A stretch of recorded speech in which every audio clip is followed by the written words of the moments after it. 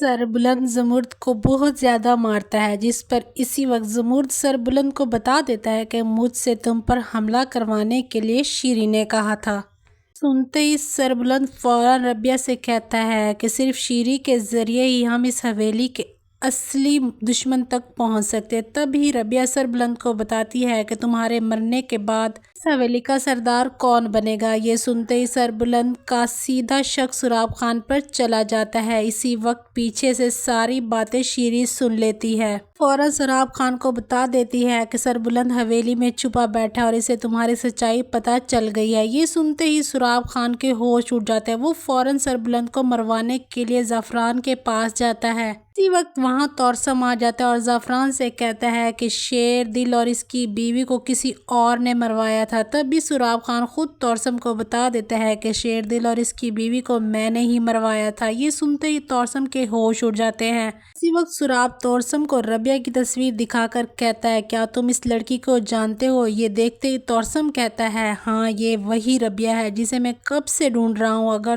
تم اسے سربلند کی حویلی سے کڈنیپ کر کے مجھے نہیں دو گے تو میں تمہارا یہ راز سربلند کو بتا دوں گا۔ دوسری طرف حویلی میں شیری اچانک بے ہوش ہو جاتی ہے۔ بی جان فوراً ڈاکٹر کو بلواتی ہے۔ ڈاکٹر سربلند کو بتاتا ہے کہ شیری پریگننٹ ہے۔ یہ سنتے ہی سربلند فوراً بھابھی نور کو بلواتا ہے اور جیسے ہی شیری کو ہوش آتا ہے تو وہ سربلند کو بتا دیتی ہے کہ مجھے سراب خان نے پریگننٹ کیا ہے۔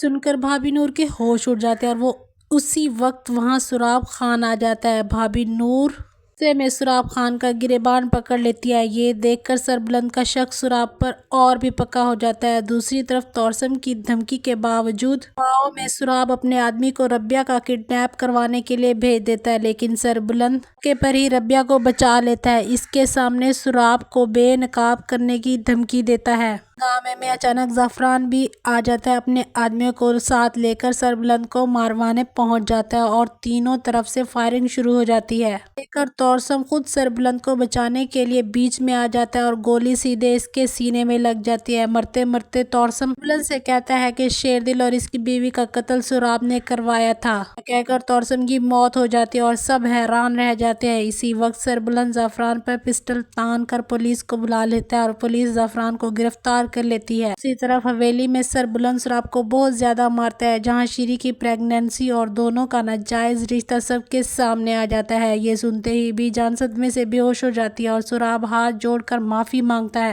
لیکن سربلند اسے معاف نہیں کرتا۔ اچانک موقع دیکھ کر سراب خان بھاگنے کی کوشش کرتا ہے، مگر کمان اور سربلند کے آدمی اسے راستے میں ہی پکڑ لیتے ہیں۔ عدالت سراب خان اور شیری کو ان کے جرم کی سزا سنا دیتی ہے۔ اسی دوران سربلند کو ایک بوڑھی عورت اور شہربانوں کے زندہ ہونے کا سراغ ملتا ہے اور وہ فوراً اسے ڈھونڈنے نکل پڑتا ہے۔ سامنے جنگل کی ایک جھونپڑی میں شہربانو زندہ ملتی ہے۔ اسے دیکھتے ہی سربلند کی آنکھوں میں خوشی کے آنسو آ جاتے ہیں۔ شہربانو خود بتاتی ہے کہ سراب نے ہی اسے گولی ماری تھی اور مرا ہوا سمجھ لیا تھا۔ یہ سنتے ہی سربلند اسے فوراً حویلی لے آتا ہے، جہاں ہی بھابھی جان شہربانو کو زندہ دیکھ کر خوشی سے رو پڑتی ہے۔ اسی پر شہربانو خود بی جان سے کہتی ہے کہ خاندان نے بہت دکھ دیکھ لیا، اب سربلند اور ربیہ کا نکاح کروا دیجیے تاکہ حویلی میں پھر سے خوشیاں لوٹ آئیں۔ یہ سن کر بی جان فوراً مولوی صاحب کو بلواتی ہے اور ربیہ کا بھائی اور ماموں بھی نکاح میں شامل ہوتے ہیں، لیکن اسی وقت سربلند سب کے سامنے شہربانو کو گلے لگا کہتا ہے کہ میں ربیہ